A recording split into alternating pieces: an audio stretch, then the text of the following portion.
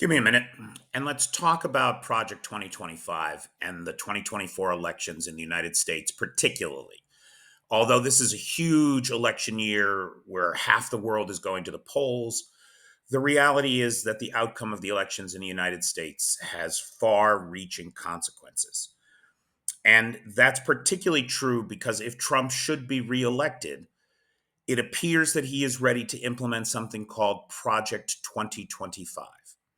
And this has garnered a lot of attention lately, but I and there's a great deal of concern around it.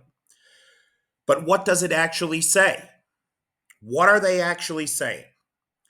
And so I've I've decided, as many of you know that follow this channel, I had decided to do a series of concerns that we have around the upcoming elections, and I've published a few videos on that. Uh, I have the entire scripts written for the rest of those videos, but I feel like Project 2025 is far more compelling, concerning, and has an immediacy to it that we should address. And so it is my intention to shelve those other videos for the time being. And I intend to go through Project 2025 one page at a time and make sense of it as best I can, and then communicate to you my understanding of that. And that means the whole volume, right? All 920 pages of this $22 million project. And we will start with the acknowledgments page.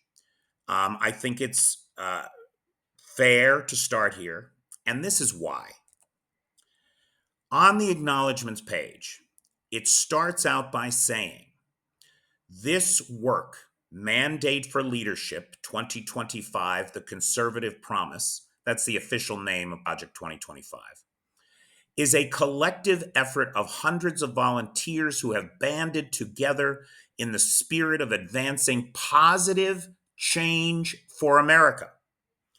Our work is by no means the comprehensive compendium of conservative policies, nor is our group the exclusive cadre of conservative thinkers. The ideas expressed in this volume are not necessarily shared by all. What unites us is the drive to make our country better. And then it goes on to thank everybody that was involved in the project. What I want to say about this is that my fellow Americans, the conservatives that drew up Project 2025, I think they believe this.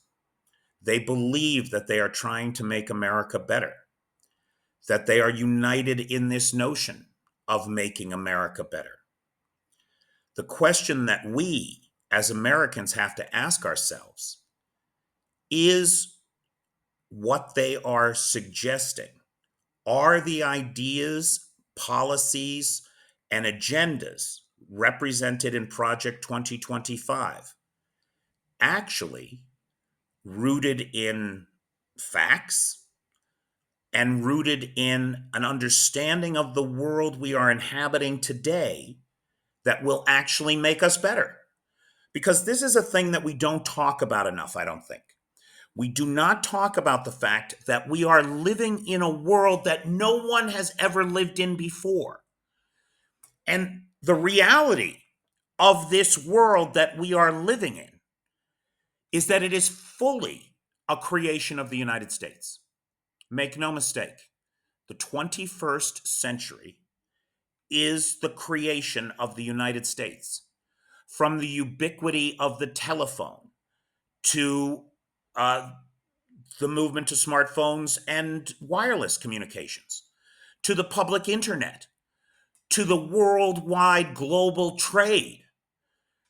This world that we're living in, a world where children live past the age of 5 because of the vaccines that the United States developed, a world where we see the world as a single place where we all live, the only home our species has ever known.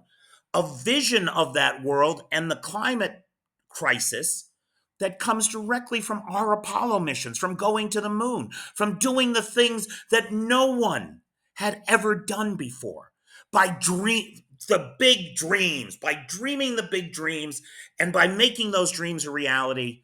The United States of America has literally redefined what the world is.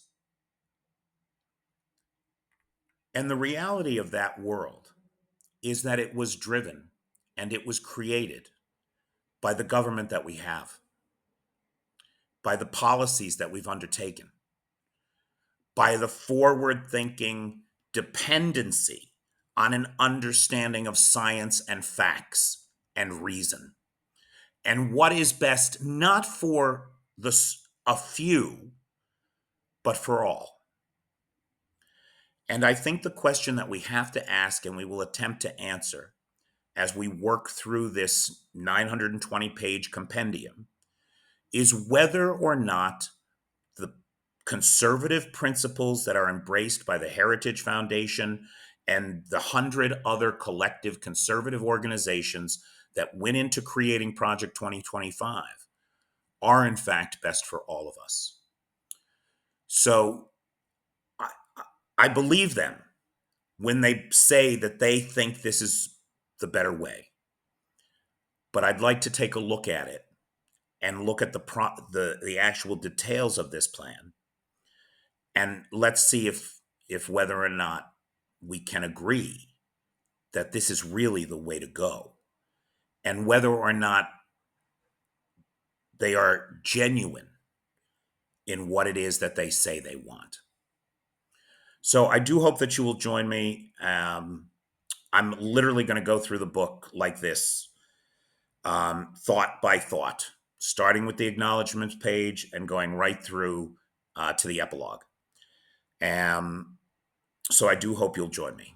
Thank you so much.